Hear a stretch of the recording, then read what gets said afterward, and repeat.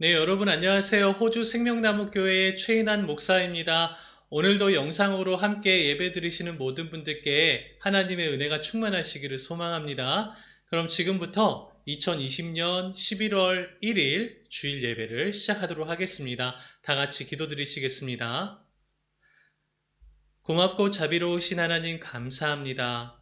전 세계적으로 코로나 바이러스로 인해서 많은 사람들의 마음속에 우울함과 또 슬픔이 많이 있는데 주님, 우리의 모든 상황을 불쌍히 여겨주시옵시고 하나님의 그 은혜와 평강이 이 땅에 넘칠 수 있도록 우리와 함께하여 주시옵소서. 지금도 각처에서 예배드리는 그런 모든 사람들의 마음을 위로하시고 주님이 힘과 또 주님이 능력 되심을 소망하게 하여 주시옵소서. 예수님의 이름으로 기도하옵나이다. 아멘.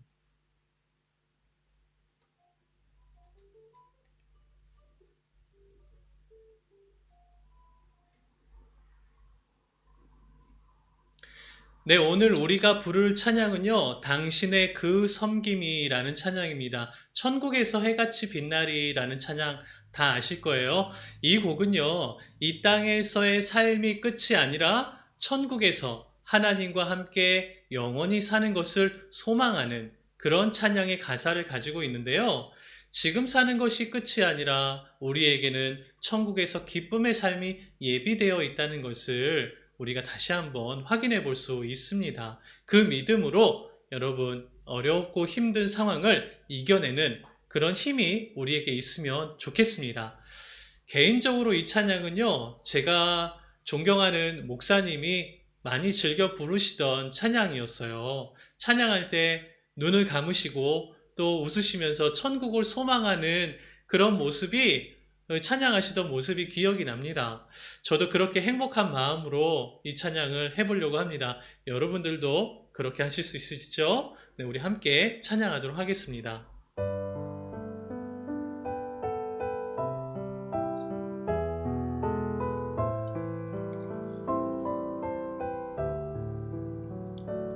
당신의 그 섬김이 천국에서 해같이 빛나리. 당신의 그 겸손이 천국에서 해같이 빛나리. 당신의 그 믿음이 천국에서 해같이 빛나리. 당신의 그 충성이 천국에서 해같이 빛나리. 주님이 기억하시면 족하리. 예수님 사랑으로 가득한 모습, 천사도 흠모하는 아름다운 그 모습, 천국에서 해같이 빛나리.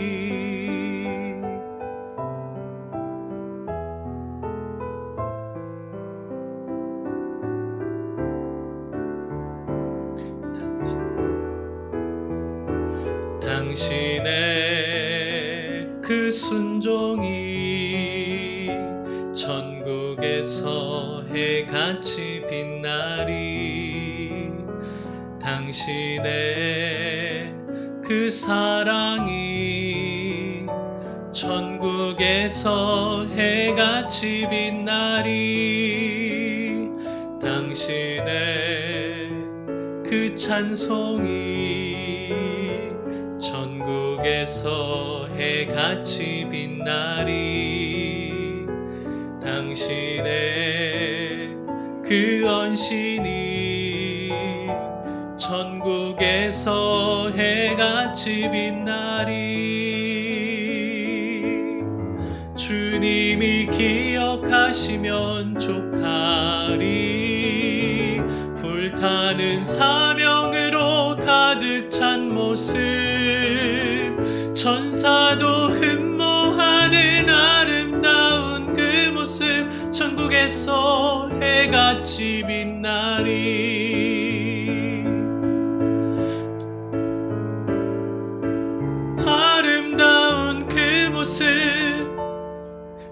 천국에서 해같이 빛나리. 천국에서 해같이 빛나리.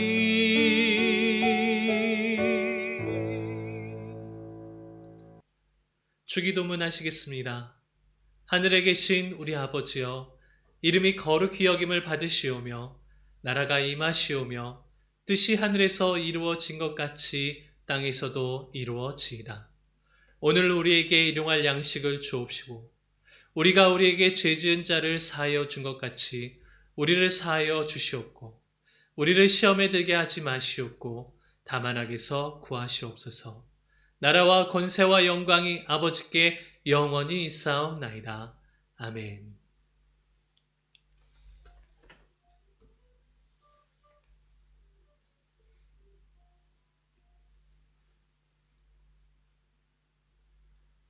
이 시간은 성경 읽기를 하겠습니다. 오늘 우리가 읽을 성경의 본문은 마태복음 7장 1절로 6절입니다.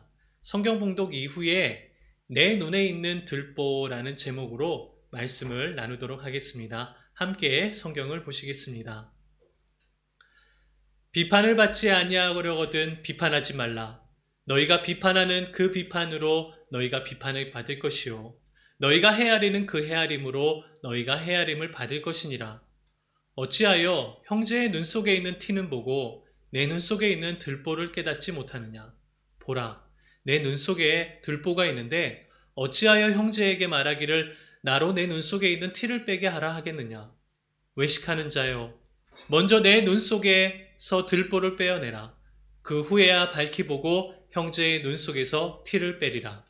거룩한 것을 개에게 주지 말며 너희 진주를 돼지 앞에 던지지 말라. 그들이 그것을 발로 밟고 돌이켜 너희를 찢어 상하게 할까 염려하라. 아멘. 제가 고등학교 다닐 때 저는 농구를 참 좋아했습니다. 그때에는 마지막 승부라는 농구 드라마와 또 슬램덩크라는 농구 만화가 정말 유행했습니다. 그래서 시간이 날 때마다 친구들과 함께 농구 시합을 했던 게 기억이 납니다. 저희 집 근처에는 조그마한 대학교가 하나 있었는데요. 대학교에 가서 형들과 농구하는 것을 좋아했습니다. 종종 그렇게 시합을 하게 되면 그래야 뭔가 좀 승부욕도 일어나는 것 같고 또 형들을 이겼을 때 왠지 더 기분이 좋은 것 같고 그랬습니다. 그러다가 어느 날 친구들과 함께 동네에 있는 중학교에 가서 농구장에 가서 농구 시합을 하는 일이 있었는데요. 우리 팀들은 다 친구들이니까 다 고등학생들이었고 또 농구도 그럭저럭 잘 했습니다. 근데 중학교 3학년쯤 되었는지 좀 실력으로 보나 뭐 경험으로 보나 좀 어린 친구들이 저희랑 같이 게임을 하게 됐어요. 이길 수가 없죠.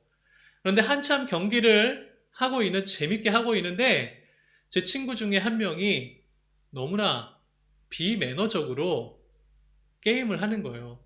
공을 가지고 발로 차버리고 자기가 집으면 공을 막 멀리 던져버리는 거예요. 그리고 그 친구들한테 주워오라고. 저는 그러지 말라고, 야, 애들이지 않냐. 왜 그렇게 화를 내? 그러면서 그 친구를 말렸습니다.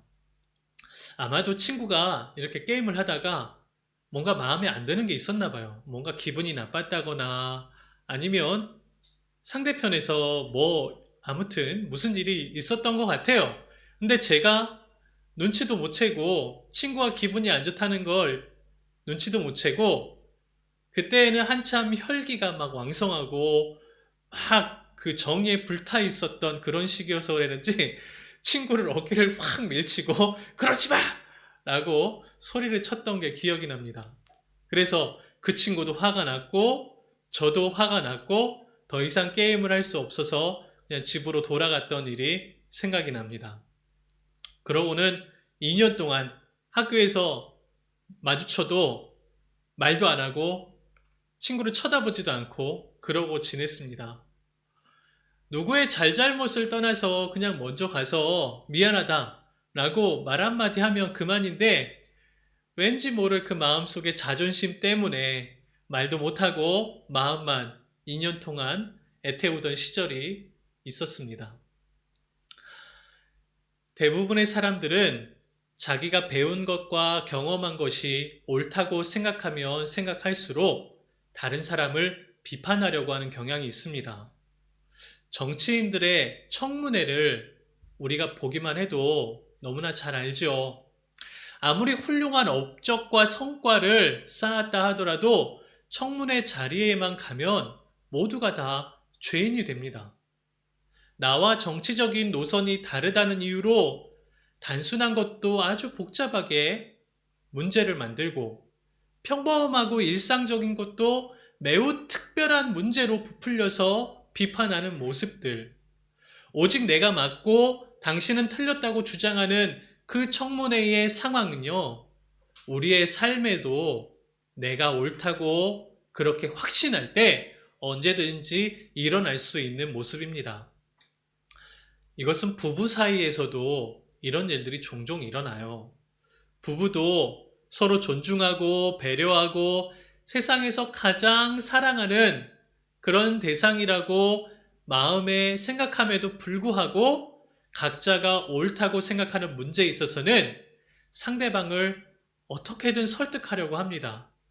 만약에 설득이 되지 않는다면 상처되는 말까지 주저없이 하면서까지도 자기의 생각이 맞다는 걸 끝까지 주장하려고 합니다. 사실 이것은 저의 모습이었어요. 저도 제 아내에게 말로 얼마나 많은 상처를 주고 살아왔는지 모릅니다. 내 의견이 전달되지 않을 때, 그때는 내가 무시당하는 것 같고, 왠지 나를 업신여기는 것 같고, 그런 생각이 들면 저도 말을 험하게 하고 상처 주는 말을 할 때가 많이 있었습니다. 내 생각이 항상 옳은 게 아닌데도 말이죠. 내 감정이 그것을 컨트롤하지 못하는 상황이 되었었던 거죠. 이런 모습은 우리가 아무리 오랫동안 신앙생활을 하고 교회에서 직분을 가지고 또 심지어 목사가 되었다 할지라도 인간은 끊임없이 자기 합리화를 하는 그런 죄성을 가지고 있다는 걸 보여줍니다. 성경은 사람이 죄를 지을 때부터 그 죄를 인정하기보다는 자기의 죄를 책임을 떠넘기려 했다는 것을 성경은 말해주고 있습니다. 창세기 3장에 보니까 최초의 인간 아담과 하와는요, 하나님이 명령하신 법을 어기고 죄를 범합니다. 선악과를 먹지 말라는 하나님의 그 명령에 불순종한 것이죠. 아담과 하와가 범죄한 이후에 하나님이 찾아오셔서 물어보십니다. 왜 그랬어? 그렇게 물어보실 때 아담은 12절에 이렇게 대답을 합니다. 하나님이 주셔서 나와 함께 있게 하신 그 여자가 그 나무 열매를 내게 주므로 내가 먹었습니다. 아담의 대답은요, 뭐냐면 나는 솔직히 죄 지을 생각은 없었는데 하나님이 주신 저 여자 때문에 내가 이렇게 된 것입니다. 그리고 저 여자를 나에게 준 하나님도 어느 정도 책임이 있는 거예요. 라고 비판을 했다는 거죠. 하나님이 하와에게도 물으십니다. 왜 그랬어? 그랬을 때 하와는 13절에 말합니다. 저 뱀이 나를 유혹해서 꿰어서 이렇게 내가 먹었습니다. 뱀 때문에 이렇게 됐다고 얘기를 합니다. 하나님의 명령을 어긴 것이 진실이고 팩트인데 인간은 죄의 결과를 인정하기보다는 죄를 지은 원인을 따져서 그게 잘못이라고 주장을 했습니다. 요즘 범죄인들이 재판을 하는 그 모습을 보면요, 살인을 저지른 범죄자가 변호사의 도움으로 내가 사실을 살인을 저지를 때 범죄를 할 때는 그 전에 내가 정신과 치료를 받고 있었고 심각한 우울증에 빠져 있었고 알고 보니 나에게는 정신에 어떤 문제가 생겨서 내가 그렇게 범죄를 저질렀는데 이게 고의가 아니었다. 이건 그때 내가 제정상이 아닌 상태에서 이렇게 범죄를 저질렀다 라고 이렇게 변호합니다. 그래서 재판관이 그 이유와 원인을 분석해보고 그래서 이것은 그 사람의 고의로 한 게 아니구나 라고 해서 판단하여서 형량이 줄어들고 뭐 어떤 그 감옥에 있는 연수가 줄어드는 그런 결과를 우리 너무나 많이 보잖아요. 결과보다도 원인에 더 무게를 두고 판단하는 것이 지금 재판장에서 일어나는 것이고 지금 모든 사람들이 생각하는 사고의 방식이라는 거예요. 원인을 더 크게 문제 삼는 것. 이런 요즘과 같은 해석으로 우리가 이 성경을 보면요. 아담과 하와의 말은요. 지극히 타당하고 논리적입니다. 죄를 짓게 만드는 동기, 그 원인에도 어느 정도 책임이 있는 것이니까요. 이것이 바로 사람이 가진 죄성입니다. 자기 자신의 옳음을 항상 변호하려고 하는 그 마음, 그리고 그것을 다른 사람에게 적용시킬 때 그때 사용하는 방법이 바로 비판을 하는 것이죠. 한국 속담에 방귀 낀 놈이 성낸다라는 그런 속담이 있듯이 내가 잘못한 게 있는데도 다른 사람을 정죄하다 보면 어느덧 사람들이 그 사람에게 정죄받는 사람에게 시선으로 가게 되니까 방귀 낀 사람보다 정죄받는 사람이 오히려 더 잘못한 것처럼 보여지는 것이죠. 이런 원리를 아주 잘 활용했던 사람들이 바로 바리새인과 서기관들이었습니다. 유대인들은요, 회당에서 하나님의 말씀을 설교한다고 말하지 않고 강론한다고 말을 합니다. 이 강론이라는 말은요, 말씀을 읽고 서로 토론하고 비판하면서 말씀이 가지고 있는 그 뜻이 무엇인지 그 지혜를 깨닫는 것을 말하는데요. 그래서 유대인들은 어린 아이들 때부터 이 변론하는 것과 언쟁하는 것을 좋아했다고 합니다. 심지어 누가복음에도 보면요. 예수님이 어린 시절에 예루살렘에 올라가셔서 그때 랍비들과 율법학자들과 토론하는 이야기도 기록되어 있습니다. 유대 문화는요. 어린 아이들 때부터 이렇게 언쟁하고 토론하는 것을 수용하는 그 문화를 우리가 엿볼 수가 있는데요. 유대인들의 강론 문화는 이들이 얼마나 이치에 맞게 말하는 것을 좋아했는지, 특히 바리새인과 서기관들 같은 종교 지도자들이 예수님과 여러 차례 지혜 대결하는 모습을 통해서 이들이 얼마나 언쟁하는 것을 좋아했는지를 우리가 살펴볼 수 있습니다. 하지만 이들이 그 언쟁하는 모습으로 얼마나 많은 사람들에게 그 말로써 올무에 걸리게 하고 어려움에 처하게 했는지를 성경은 너무나 잘 알려주고 있죠. 자기의 거룩함을 과시하는 수단으로, 자기의 영광을 높이는 수단으로 말로 지혜롭게 얘기했다는 것이 마태복음 23장의 바리새인과 율법학자들을 책망하시는 예수님의 평가에서 우리 너무나도 잘 알 수 있습니다. 그래서 오늘 말씀에는요, 이렇게 자기를 높이는 사람에 대한 예수님의 충고가 나옵니다. 이것이 하나님의 나라를 이루는 제자들에게는 얼마나 중요한 문제임을 깨닫게 하시기 위해서 말입니다. 1절에 보니까 너희는 비판하지 말라 라고 이렇게 말씀하시면서 5절에서는 외식하는 자여 라고 말씀하십니다. 여기에 외식하는 자는 예수님이 바리새인과 서기관들을 지칭할 때 자주 사용했던 말이에요. 외식하는 자. 예수님 시대의 바리새인과 서기관들은 하나님의 율법을 연구하고 지키는 사람들이었기 때문에 스스로 죄가 없다고 생각했습니다. 반대로 병들고 귀신 들고 가난하고 아픈 사람들을 보면 저 사람들은 하나님 앞에 죄를 진 것이 있기 때문에 그 죄 때문에 심판을 받는 것이라고 여기면서 율법을 근거로 죄인이라고 정죄하였습니다. 심지어 이전의 조상들이 하나님의 말씀을 불순종하고 결국 포로로 끌려가고 이스라엘이 다 멸망하잖아요. 그런 상황은 다 조상들이 하나님의 뜻을 어겼기 때문에 조상들의 잘못이라고 비판을 합니다. 그리고 자기는 그런 죄를 저지르지 않는다라고 스스로 인정하죠. 오히려 포로로 끌려갔던 다니엘과 느헤미야 같은 사람은요, 자기가 잘못을 안 하고 오히려 부모 세대의 잘못으로 인하여 포로되는 그 고통 가운데 있는데도 이것이 나의 잘못이고 우리 민족의 잘못이라고 여기고 처절하게 무릎 꿇고 근심하고 하나님께 회개하는 모습과는 너무나 다른 태도를 취하고 있었습니다. 한국어 성경에는 오늘 이 비판이라는 단어라는 말이 헬라어 원어로는요, 크리노라는 단어를 쓰고 있는데요.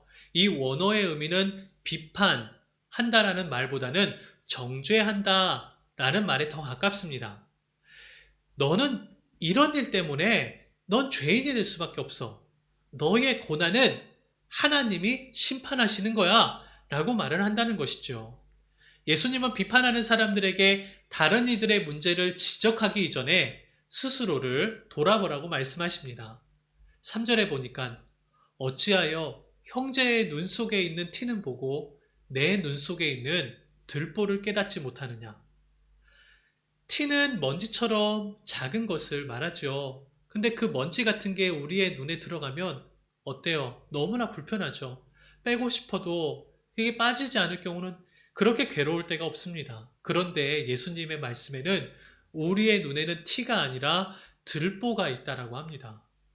들보, 오늘날 잘 쓰지 않는 말인데 들보는요, 예전에 집을 지을 때 천장 있잖아요. 천장을 이렇게 받치는 나무나 그런 쇠로 만든 기둥, 그런 것을 들보라고 얘기했습니다. 천정을 무너지지 않게 받치는 그 지탱해주는 나무 기둥인데요. 이것은 먼지와 비교할 수 없을 정도로 크고 무거운 것이잖아요. 근데 우리의 마음에 들보와 같은 그런 커다랗고 무거운 것이 우리 자신을 무너지지 않게 떠받드는 그 무언가가 우리 안에 있다는 거예요. 그것이 무엇일까요? 여러분 스스로를 무너지지 않고 여러분 스스로를 가치 있다고 인정하게 만든 떠받치는 그 들보와 같은 것. 사람들마다 각자 가지고 있는 자기를 가치 있게 여기는 것들은 다를 겁니다. 다시 말하면 사람들마다 우선순위가 다르다는 것이죠. 어떤 사람은 성공으로 여길 것이고 어떤 사람은 지혜로, 어떤 사람은 경험, 돈이라고 얘기할 수도 있겠죠. 성공한 사람은 자기의 성공에 빗대어 그렇지 못한 사람들에게 어떻게든 가르치려고 하고 자기의 성공을 이야기하려고 합니다. 그러고 스스로 만족하죠. 지식이 많은 사람은요, 자기의 지식을 전달함으로 스스로 만족해 합니다. 돈이 많은 사람은요, 자기의 부를 과시하면서 스스로를 잘 살고 있다라고 평가를 합니다. 경험이 많은 사람은 자기의 경험을 공유하면서 그 경험으로 만족해 하는 것이죠. 가난하고 어려움에 처해 있는 사람들은 그 이야기를 듣고 힘이 날 때도 있고 또 용기를 얻을 수도 있죠. 그런데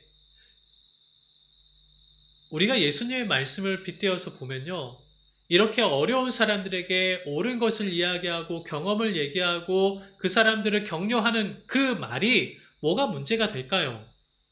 바리새인과 서기관들도 하나님의 말씀이 옳다고 여겼기 때문에 그런 삶을 살아가라고 사람들에게 가르쳤는데 그것이 어떻게 문제가 될 수 있겠냐는 거예요. 그런데 예수님은 다른 사람에게 무엇이 옳은 것인지를 가르치고 판단하기 이전에 먼저 너희가 해야 될 것이 있다 라고 하면서 말씀하십니다. 우리의 삶의 우선순위들, 스스로 옳다고 여기는 그 마음이 만약 하나님의 영광을 가리게 된다면 그것은 오히려 죄인이 죄인을 비판하게 하는 것과 마찬가지다라고 하면서 말입니다. 오늘 본문 6절에 보니까 비판의 말씀 이후에 예수님이 이렇게 덧붙여 말씀하십니다. 거룩한 것을 개에게 주지 말고 너희 진주를 돼지 앞에 던지지 말라. 그들이 그것을 발로 밟고 돌이켜 너희를 찢어 상하게 할까 염려하라. 이야기의 흐름으로 볼 때 여기서 개와 돼지는 외식하는 사람들을 말합니다. 거룩한 것과 진주는 하나님의 나라를 말합니다. 개와 돼지는 거룩한 것을 분별할 수 없습니다. 만약 우리가 거룩한 것을 가졌다고 하더라도 우리의 마음의 상태가 개와 돼지처럼 하나님의 나라의 의미를 깨닫지 못한다면 우리는 우리가 아는 성경 지식 때문에 우리가 경험한 그런 신앙의 경험들 때문에 스스로 교만해질 수 있다는 것입니다. 결국 우리의 교만 때문에 우리가 사랑해야 되고 우리가 섬겨야 할 그 형제들에게 마음을 찢기게 하고 상하게 할 수도 있습니다. 그래서 먼저 우리는 우리 안에 있는 교만을 내려놓고 우리 스스로가 하나님 앞에 죄인임을 고백하는 게 필요합니다. 예수 그리스도가 아니면 우리는 죄인 중에 괴수가 될 수밖에 없는 사람들이에요. 그것을 항상 인정하고 항상 겸손한 모습으로 이웃을 사랑해야 합니다. 요즘처럼 어려운 세상 속에서 많은 사람들이 세상을 비판하고 정죄하고 합니다. 너도 나도 의로운 재판관이 되어서 광장에 모여서 시위하고 집회하고 여러분 인터넷 댓글만 보시면 너무나도 잘 알죠. 비방하고 조롱하는 댓글이 난무합니다. 모두가 다 인정해요. 세상은 바뀌어야 된다는 것을 다 간절히 느끼고 있는데 정죄하고 비판하는 문화 속에서는 물고 뜯는 전쟁의 결과밖에 남는 게 없습니다. 하나님의 나라는 무엇입니까? 비판보다는 자기를 반성하고 정죄보다는 내 안에 있는 죄를 회개하는 것을 통해서 서로 위로하고 서로 힘이 되어주는 그 공동체를 만들어가는 것이 하나님의 나라잖아요. 여러분 스스로에게 하나님의 나라가 이루어지길 소망합니다. 여러분의 가족에게도 하나님의 나라가 이루어지길 소망합니다. 교회와 직장과 학교 모든 사회 속에서 여러분이 그 하나님의 나라를 이루어가는 축복의 통로가 되시길 주님의 이름으로 축복합니다. 어떻게 형제를 사랑할 수 있을까요? 남이 변하기를 기대하기 전에 내가 먼저 겸손해지는 것이 바로 이웃 사랑하는 것의 실천입니다. 예수님이 하나님의 아들 신의 지위를 버리고 죄인이 지는 십자가를 지심으로 겸손의 모범을 보여주셨습니다. 여러분도 교만의 영광을 버리고 겸손의 십자가를 지면서 주님의 제자가 되어 가시기를 주님의 이름으로 간절히 부탁드립니다. 농구하다 싸웠던 그 친구는 2년 동안 제가 얼굴도 보기 싫어가지고 복도에서 마주치기만 하면 피하고 다녔습니다. 그러다가 2년이 지난 어느 날 우연히 복도에서 만났는데 왠지 모르게 마음속에서 알 수 없는 웃음이 터져 나왔습니다. 그 친구를 향하여 웃었는데 그 친구도 저를 향하여 웃어주더라고요. 그리고서 제가 손을 내밀고 말했습니다. 미안해. 그리고서는 우린 다시 친한 친구로 지나게 되었습니다. 아마도 2년 동안이라는 시간 동안 이 친구와 화해하고 싶은 그 날만을 애태우며 기다리고 있었는지도 모르겠습니다. 하나님도 우리와 화해하기를 기다리고 계십니다. 우리 안에 있는 교만함을 내려놓고 하나님보다 내 중심으로 살아왔던 것을 회개합니다. 라는 이 고백 한마디에 하나님은 우리를 활짝 안아주시고 또 기뻐해 주시고 그러려고 기다리고 계실지도 모릅니다. 이것이 잃어버린 아들을 되찾는 아버지의 마음입니다. 하나님의 사랑을 우리가 먼저 받고 그 감동과 기쁨으로 이제 잊어버린 또 다른 형제들을 찾으러 나아가야 돼요. 어쩌면 그들도 우리가 먼저 손 내밀어 주기를 기다리고 있는지도 모릅니다. 여러분, 주님의 마음으로 승리하시길 바랍니다. 기도하시겠습니다. 하나님 감사합니다. 우리를 향해 포기하지 않으시고 우리가 돌아오기를 끝까지 기다리시는 주님. 우리의 마음속에 있는 하나님보다도 더 우선적으로 생각했던 그 모든 마음의 교만함을 다 주의 십자가 앞에 내려놓기를 소망합니다. 주님, 우리는 죄인이오니 우리를 불쌍히 여기시고 하나님의 그 나라와 평강이 우리 가운데 임할 수 있도록 주님 축복하여 주시옵소서. 예수님의 이름으로 기도하옵나이다. 지금은 주 예수 그리스도의 은혜와 하나님의 무한하신 사랑과 성령님의 감동의 역사하심이 이제로부터 영원토록 함께 있을지어다. 아멘. 할렐루야. 네, 이렇게 예배를 마쳤습니다. 여러분, 한 주 동안 또 승리하시고요. 오늘 말씀처럼 아직 내가 손 내밀지 못하고 주저하고 애태는 마음이 있다면 한번 용기를 가져보세요. 하나님께 또 그 문제를 내려놓고 맡기신다면 하나님이 여러분에게 또 화해와 또 용서의 기쁨을 주실 줄 믿습니다. 여러분 한 주 동안 각자의 자리에서 최선을 다하시고 건강하시고 다음 주에 만나겠습니다. God bless you.